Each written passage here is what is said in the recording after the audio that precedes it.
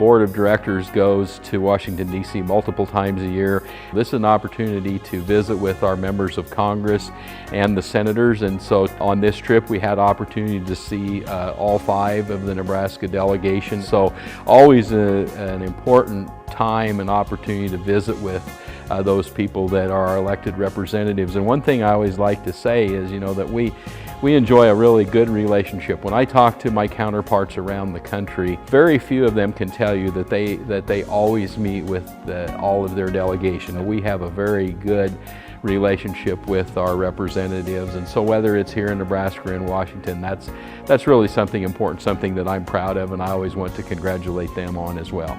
The number one thing that we talked about relates to the Farm Bill, and with the fact that the House was unable to pass the Farm Bill at the end of last week, something that I think almost everyone was expecting to happen, at least until the last minute. That was something that was very disappointing to us, and certainly something that's very important to our members.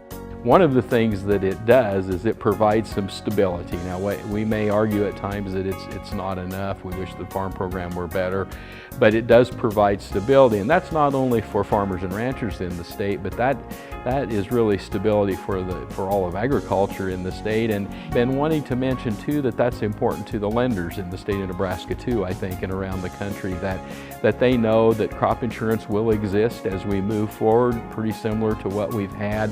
So that stability, that certainty in having a farm bill is important in a lot of respects. And so we continue to talk about the need to get that farm bill done this year. It needs to be done by this fall. But with the tight economic conditions we have in the state today, and almost everything we grow or raise, I think it's really important that we get the farm bill passed on time. And so that's a message that we strongly carried to really in every meeting that we had, both with our representatives, those at USDA, others, that's something that's very important to us.